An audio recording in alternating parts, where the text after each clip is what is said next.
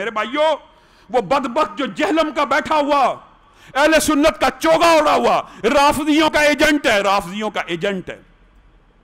آپ کے سامنے پہلے بھی یہ بات رکھی تھی، معاذ اللہ اس نے رسول اللہ کے بارے میں اتنی بڑی ہرزہ سرائی کی اور جھوٹ بولا ہے۔ ایک تو یہ ہونا کہ اس نے کہا ہے کہ یہودی کہتے تھے کہ رسول اللہ صلی اللہ علیہ وسلم معاذ اللہ ثم معاذ اللہ، ہم یہ لفظ نہیں کہہ سکتے، کل کے چھوکرے ہیں معاذ اللہ۔ بغیم بینہم، مولوی ان کے بڑے بڑے جو پادری بیٹھے ہوئے تھے وہ کہتے تھے یہ کل کے چھوکرا آ کے ہمیں بتائے گا۔ یہ بکواس کرتا ہے، یہ بک بک کر رہا ہے۔ کسی یہودی نے اٹھائیے یا تو یہ ہمیں دلیل دے کہ کس یہودی نے کس جگہ کے اوپر کس کتاب میں لکھا ہے کہ نبی کریم صلی اللہ علیہ وسلم کو چھوکرا کہا، نہیں کہا۔ اس کو بھی پتا ہے کہ نہیں کہا، اس کے منہ سے یہ الفاظ نکل گئے، اس نے اس کا جواب ریکارڈ کرایا، جواب ریکارڈ کراتا ہے کہ جی میرے ایک کلپ کو لے کے کہ یہودیوں نے رسول اللہ صلی اللہ علیہ وسلم کو چھوکرا کہا تھا، یہ مولوی میرے خلاف پراپوگنڈا کرتے، اشارہ ہماری طرف کرتا ہے بدبخت۔ اور اس کے جواب میں پتہ کیا جواب دیا ہے؟ جواب سنیں، یہ بدبخت اتنا کذاب اور جھوٹا ہے، اپنی غلطی ماننے کی بجائے کہہ دیتا میرے منہ سے نکل گیا، سلپ آف ٹنگ ہو گیا، مجھے معاف کیا جائے، کہتا ہے چھوکرا جو لفظ ہوتا ہے، ان مولویوں کو یہ پتا نہیں ہے کہ چھوکرا لفظ جو ہے یہ گندا نہیں ہے، یہ کسی بھی نوجوان کو کہتے ہیں جو ینگ ہو، جو نوجوان ہو، جو کم عمر ہو، اس کو چھوکرا کہا جاتا ہے ہمارے برے صغیر کے معاشرے میں۔ یہ اس نے جواب ریکارڈ کروایا۔ اے بدبخت آدمی، رسول اللہ صلی اللہ علیہ وسلم کی عمر 55 سے 60 اور 62 برس تھی جب وہ مدینہ میں یہودیوں کے پاس تھے۔ 55 سال کے انسان کو بتا کس یہودی نے یہ بکواس کی ہے؟ ایک میرا کلپ کاٹا جی چھوکرے کا لفظ استعمال کیا، یہ کوئی نیگیٹو ورڈ ہے؟ ہمارے سب کانٹیننٹ کے معاشرے کے اندر آپ پوچھ کے دیکھ لیں، جو چھوٹی عمر کا جو ینگ بوائے ہے اس کو چھوکرا کہا جاتا ہے، یہ کوئی نیگیٹو ورڈ نہیں ہے۔ بتا، جھوٹ بولتا ہے اور پھر کہتا ہے چھوکرا کہنا کوئی چمبے کی بات نہیں ہے، کہا ہی نہیں کسی نے، یہودی کسی نے کہا ہی نہیں، اگر کہا ہے تو دلیل دے۔ اور آگے جواب ہی کہہ رہا ہے کہ اگر چھوکرا کہہ بھی دیا ہے تو یہ کوئی بری مثال نہیں ہے۔ دیکھیں آپ اپنے دام میں سے یاد آ گیا، خود ہی یہ بات کہی اور پھر اس کو نہیں تھا پتا کہ کچھ عرصہ پہلے میں نے ایک کلپ ریکارڈ کرایا ہوا، اس کے اندر پتا کیا شکوہ کر رہا ہے، یہ جی مولوی مجھے کہتے ہیں یہ کل کا چھوکرا، دیکھیں ان کی زبانیں کتنی گندی ہیں۔ لینگویج سنیں ان علماء کی، لینگویج سنیں۔ یہ انجینئر محمد علی مرزا ایک جاہل چھوکرا ہے، الفاظ دیکھیں، حالانکہ مجھ سے وہ 5-7 سال ہی بڑے ہوں گے، اس سے زیادہ بڑے نہیں، لیکن یہ الفاظ اگر آپ دیکھیں کس طرح کی بازاری لینگویج۔ سمجھ آئیے بات؟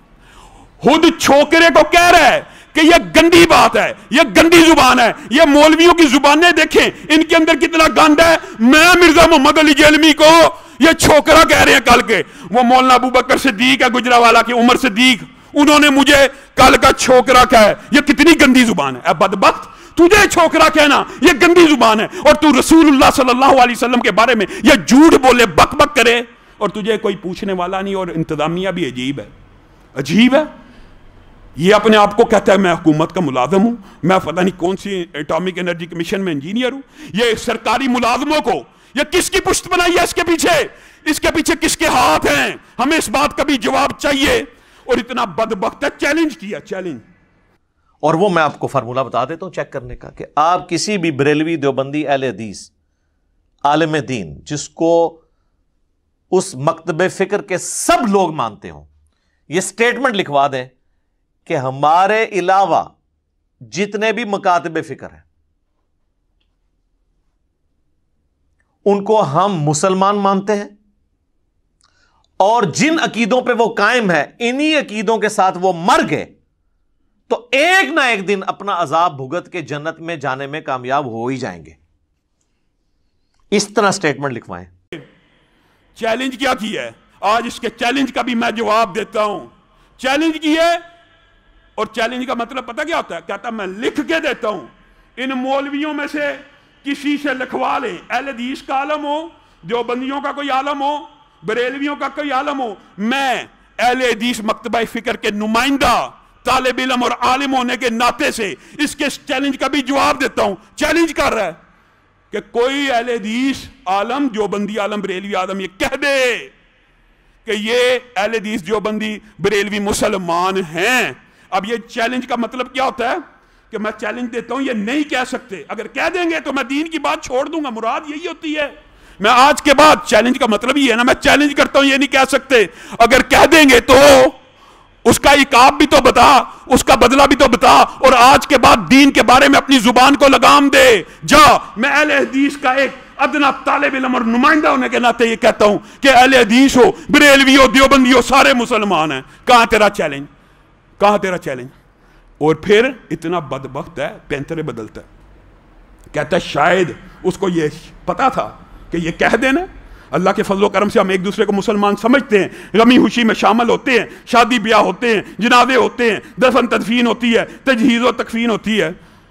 آگے سے کہتا ہے یہ تو شاید کہہ دے کوئی کہ ایک دوسرے کو مسلمان کہتے ہیں, لیکن یہ کہہ کے دکھائے کہ ایک دوسرے کو یہ کہہ کے دکھائیں کہ یہ اپنے اپنے گناہ بھگت کے جنت میں چلے جائیں گے. اے بدبخت, تو نے کیا سمجھا دین کو؟ تو دین کو نہیں سمجھ سکا.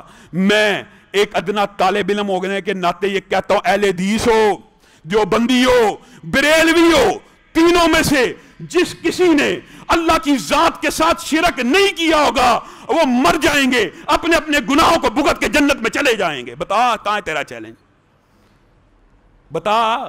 یا تو کچھ بات بدلتا, یا تو اب یہ اس کے جواب میں کہے گا جی شرک, تو فتویٰ دے دے کہ شرک کرنے والا بھی جنت میں چلا جائے گا, یا تو کہہ دے.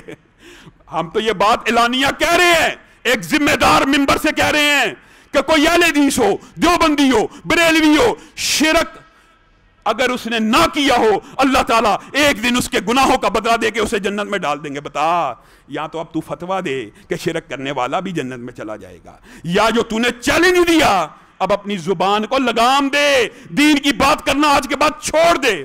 اور میں حکام بالا سے مطالبہ کرتا ہوں, یہ اعلانیہ گستاخ رسول ہے. اگر یہ چھوکرے کے لفظ سے توبہ نہیں کرتا, اور اگر یہ سلپ آف ٹنگ کیونکہ اڑ گیا, ضد بنا لی ہے صرف ایک ضد کی وجہ سے, اور اگر گستاخ رسول عمدن نہیں بھی کی, سہون کی ہے, تو لوگوں کے سامنے آ کے توبہ کرے, معذرت کرے, معافی مانگے. اور اسی پر بس نہیں ہے, گستاخ رسول کے حوالے سے تو چلو یہ بات ہو سکتی ہے, لیکن اعلانیہ گستاخ صحابہ تو ہے. حضرت امیر معاویہ کی شان میں توہین کرتا ہے, حضرت ابو سفیان کی شان میں توہین کرتا ہے. اور ایسا عجیب آدمی ہے, عقل کے اوپر ایسا پردہ ہے ماشاءاللہ. اپنے ماننے والوں کی مثال خود دے رہا ہے, ہم کیا دیں؟ اپنے ماننے والوں کے بارے میں کہہ رہا ہے یہ ان کی مثال ایسی ہے جیسے بندر کے ہاتھ میں ماچس ہے. خود کہہ رہا ہے, خود. کہ وہ پنجابی ایک محاورہ ہے نا کہ باندر ہاتھ بندوق آئی یا باندر ہاتھ ماچس آئی تو انہیں پورے شہر میں اگلا چھڑی. ٹھیک ہے نا, یعنی ایک بندر کے ہاتھ میں ماچس آ گئی تو اس نے پورے شہر کو آگ لگا دی. یعنی ہے تو نٹوریس مثال ہے یہ, لیکن پازیٹیو بھی یوز ہوتی ہے کہ ایک بندہ اتنی چینج لے آئے. سر ہمارے ہاتھ میں جب یہ چیز آئی ہے نا تو ہم نے آگ نہیں لگائی ہے, ہم نے ہر بندے کو ایک ماچس میں.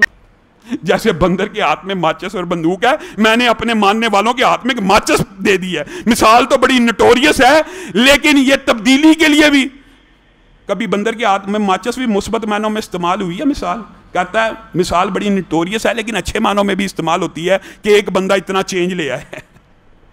یہ اپنے ماننے والوں کو خود بندر کہتا ہے, اور کہتا ہے ان کے ہاتھ میں ماچس ہے. جا مرزا جیلمی, تیرے جتنے اعتراضات ہیں جو تو نے چیلنج کیا تجھے جواب دیا, اور اس سے بھی بڑی بات کہتا ہوں, جا.